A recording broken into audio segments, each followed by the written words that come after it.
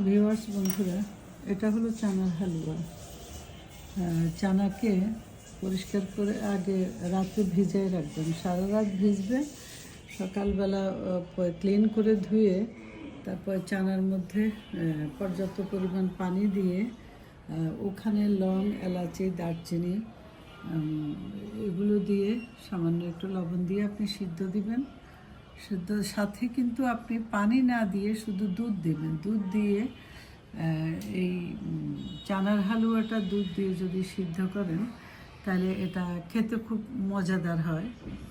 এরপরে যখন সম্পূর্ণ সিদ্ধ হয়ে যাবে, দুধ সাথে একটু পানি দিবেন যাতে নিচে লেগে না যায়।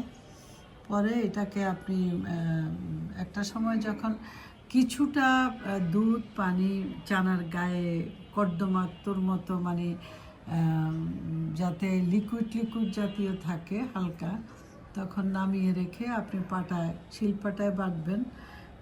আমার মনে হয় শিলপাটায় বাটা চানার হালুয়া খুবই মজাদার হয়, কিন্তু ইদানিং তো কষ্টের জন্য সবাই ব্লেন্ডার করে, কিন্তু ব্লেন্ডারে আমার মনে হয় না চানার হালুয়া খুব ভালো হয়।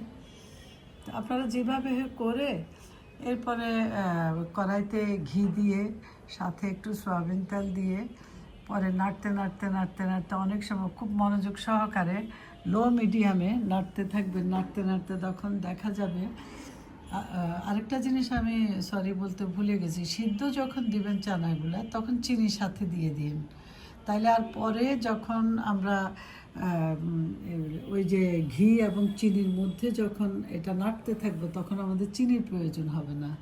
তো নাড়তে নাড়তে তখন দেখা যায় একসময় দলা পাকিয়ে যাচ্ছে, তখন নেমে ফেলবেন। নাইমা যে ডিশে আপনি ওটা সাজাবেন ওই ডিশের মধ্যে ঢেলে ফেলবেন, তার আগে একটু ঘি মাখিয়ে রাখবেন।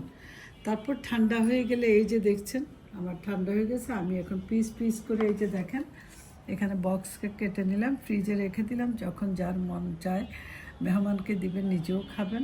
এই হলো আমার চানার হালুয়া। এই জিনিসগুলোর উপরে আমার ছোট্টখাট্ট একটা মানে যেটা কষ্টও বলতে পারেন আবার ভালোবাসাও বলতে পারেন, যেহেতু ছেলেমেয়েরা কাছে থাকে না। এই চানার হালুয়াটা আমার বড় মেয়ে খুবই লাইক করতেন।